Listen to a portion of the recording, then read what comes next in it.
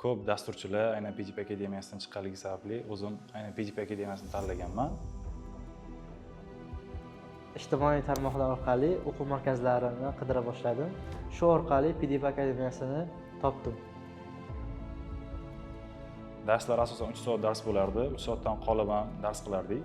Darslar 10 ta modul, ya'ni 10 oydan oshiqroq vaqt talab etar ekan. Lekin men kelishimdan oldin o'zimcha chamalab ko'rganman. 5-6 oylarda tayyor bo'lib qolaman deb o'ylaganman. O'shandan keyin sekin doimiy qanaqadir vakansiyalar chiqqanda topshirib, qiziqish bildirib, o'shani harakat qilib ko'rganman. U savollarga javob bera olmagandan keyin o'zimni bo'ldi, olishmasa kerak deb o'ylagandim to'g'risi. Shu jarayonda shuni bilganmanki, dasturlash o'ylaganimchalik oson narsa emas ekan. Hozirgacha erishgan sohaviy yutuqlarimda avvalo ota-onamning o'rni juda ham katta.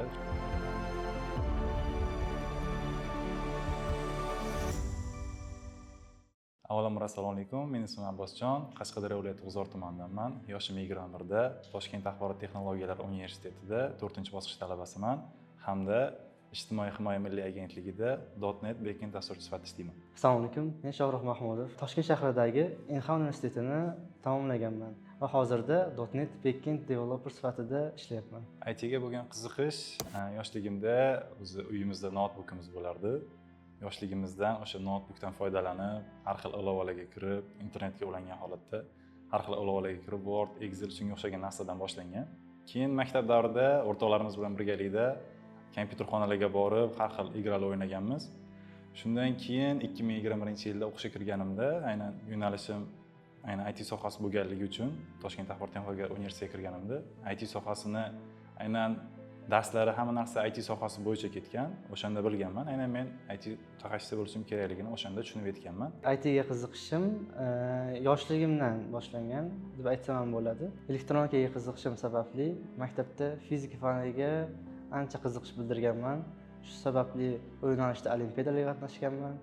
Lekin maktabni bitirishimga yaqin qolganda fizika yo'nalishi bo'yicha o'z kelajagimni ko'ra olmaganman. Shu sababli Inha universitetiga topshirganman.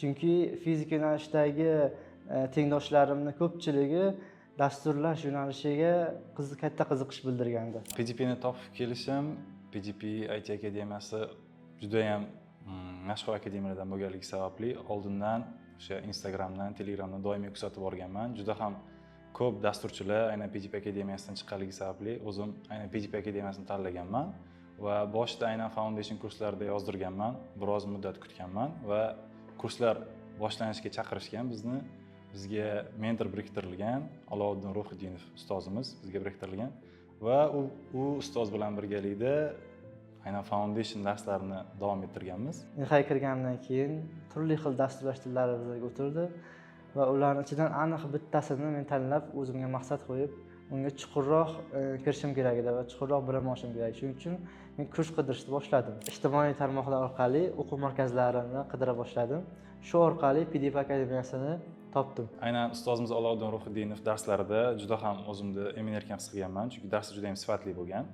Darslarda asosan amaliyotga urg'u berilgan. To'g'ri, qanaqadir qiyin mavzular kelganda ustozimiz bizga juda ham sinchkovlik bilan, e'tibor bilan tushuntirib berganlar. Shunda osonlik bilan o'zlashtirib olganmiz. Darslar asosan 3 soat dars bo'lardi. 3 soatdan qolib ham dars qilardik. Chunki shunaqa bo'lgan, bizda endi shunaqa bo'lgan.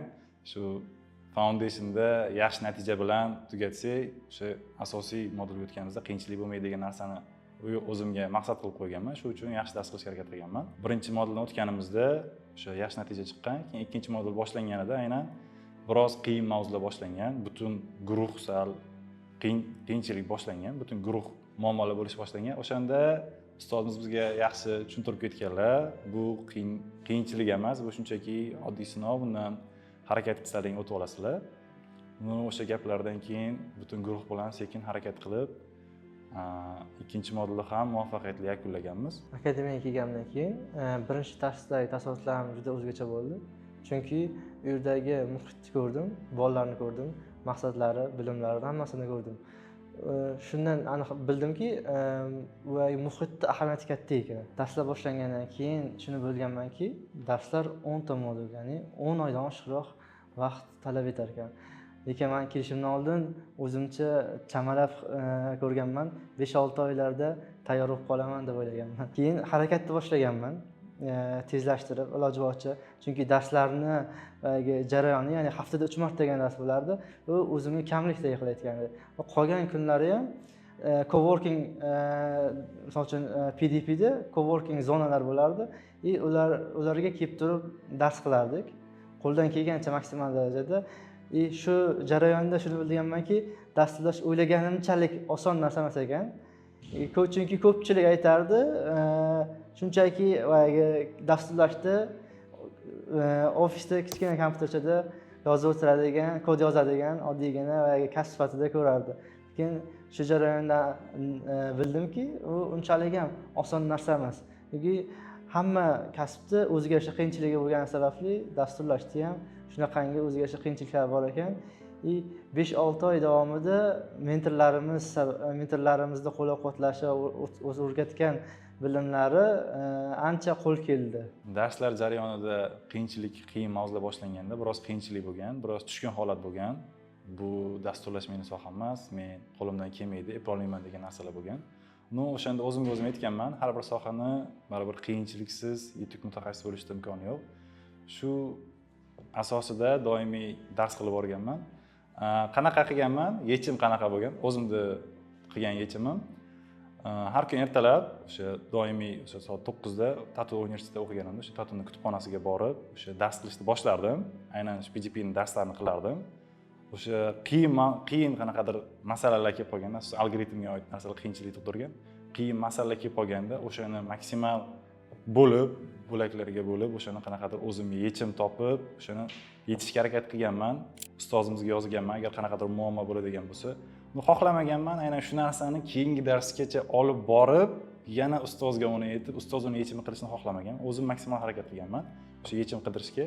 O'shanda yechim topganman. Keyin tushunib yetganmanki, bu degani harakat qilsam, qiyin narsani ham yecha olaman degan narsa o'zi xayolimga o'tirib qolgan.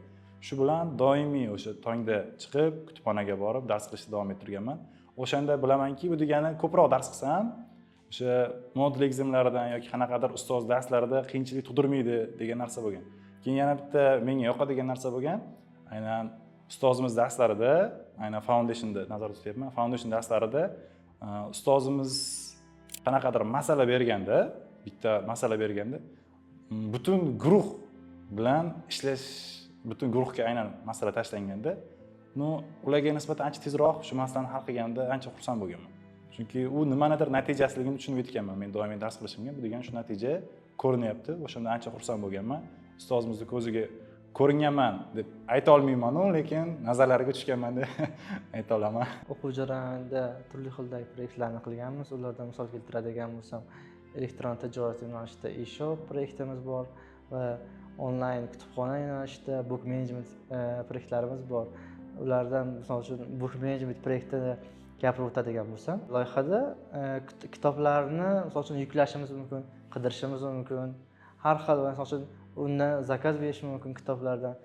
Shu yo'nalishdagi loyihani bizlar tamomlaganmiz. Bu real loyihalarni qilish orqali anchagina ko'nikmalarga va bilimlarga ega bo'ldik. Asosiy modul boshlanganida bizga senior dasturchi, mentor sifatida senior dasturchi Marat Tassanov dars berishni boshlaganlar.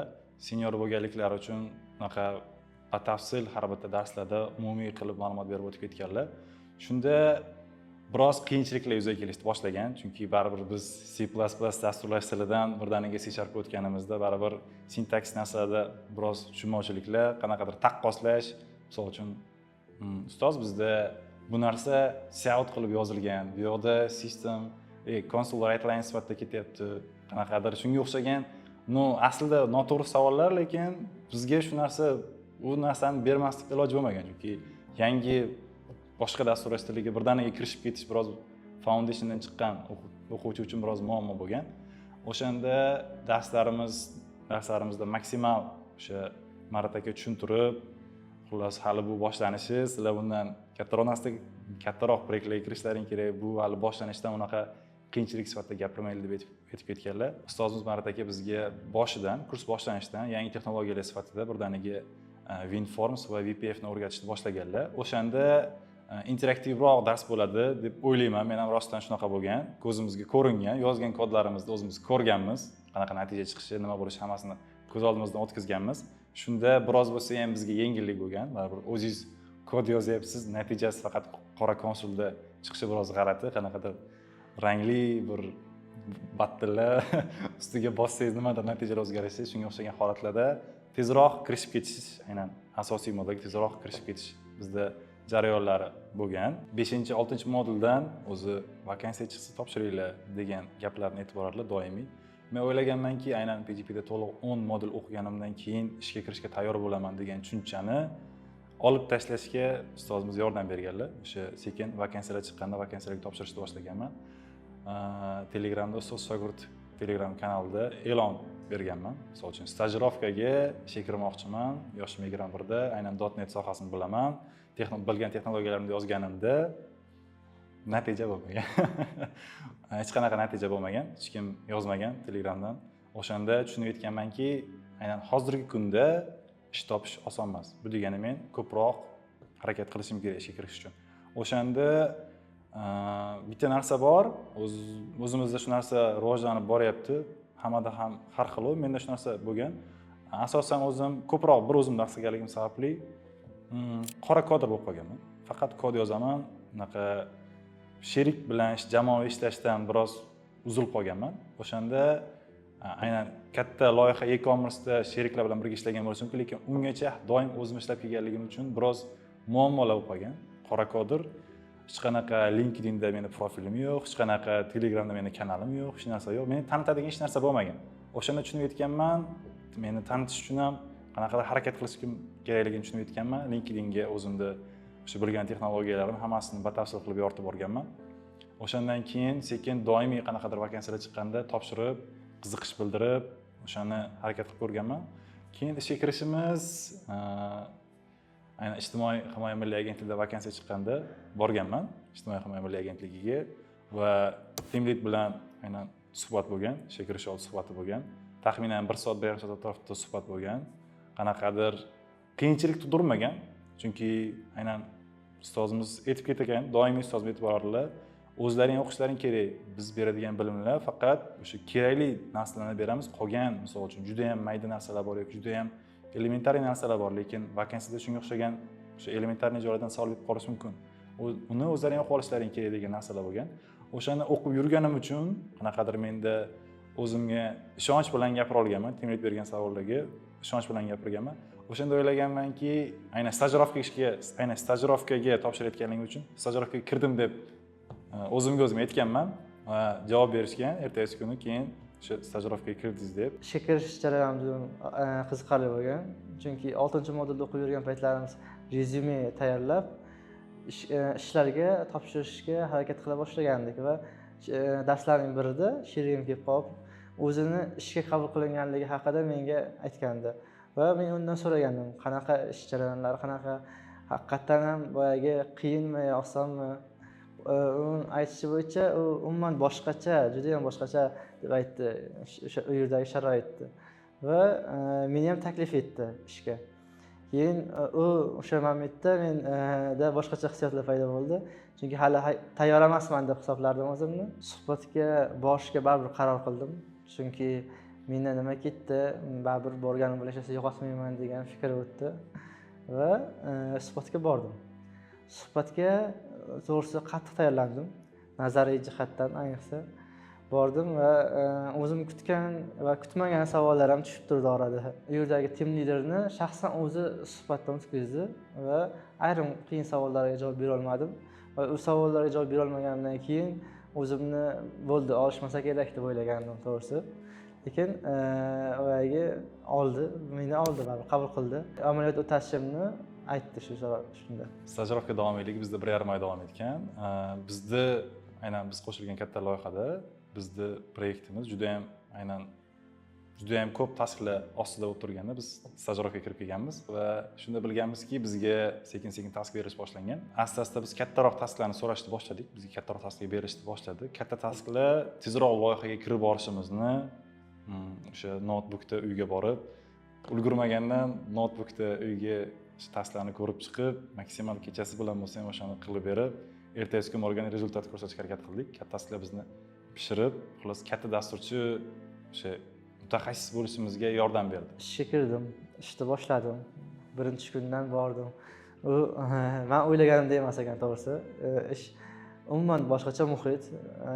Hamma bolalar u yerda yangi bolalar va mendan ancha kuchli ular. Va shuni ish jarayonida men o'ylagandimki, ancha oson bo'ladi stajyorlar uchun, ya'ni amaliyotchilar uchun ancha oson bo'ladi deb o'ylagandim. Va u yerda ko'rdimki, u yerdagi testlar qiyinligidan menga shunaqangi fikrlar keldiki, dasturlash shunchalik qiyinmi degan fikrlar ham keldi ba'zida. Amaliyotning bir necha haftasi, boshdagi 1-2 haftasi ancha qiyin o'tdi to'g'risi. Chunki men PDPda o'qib yurgan paytim ko'p narsani bilaman, ko'p narsa ancha boyaga qiyin bo'lmaydi menga deb o'ylagandim. Chunki juda ko'p qo'shimcha o'qirdim. Shu 1-2 hafta qiyin bo'lgandan keyin keyinchalik proyektlarga, real proyektlarga ancha moslashib ketdik. Amaliyot tugagach bizni junior dasturchi sifatida ishga olishdi va bizlarning vazifalarimiz ham qiyinchilik jihatidan, ham son jihatidan ham ancha oshdi. U yerdagi bizning asosiy vazifalarimiz real loyihamizga funksionalist qo'shish edi. Kollektivimizdagi dasturchilar bilan maqsadlarimiz bir xil bo'lganligi sababli o'ylashimcha bundan keyin katta loyihalarni ham birgalikda amalga oshiramiz. Ish jarayonida yangi texnologiyalarni o'rgandim va ularni o'rganishimda ishxonamdagi hamkasblarimning o'rni katta bo'ldi. Va shu bilan birga shuni aytmoqchimanki, shu darajaga erishishimga sababchi bo'lgan ota-onam va o'qituvchilarimga kattakon rahmat aytib qolaman. Hozirgacha erishgan sohaviy yutuqlarimda avvalo ota-onamning o'rni juda ham katta, chunki meni moliyaviy tomonlama va har tomonlama qo'llab-quvvatlashdi. Oldinga qo'ygan sohaviy maqsadlarim ko'p.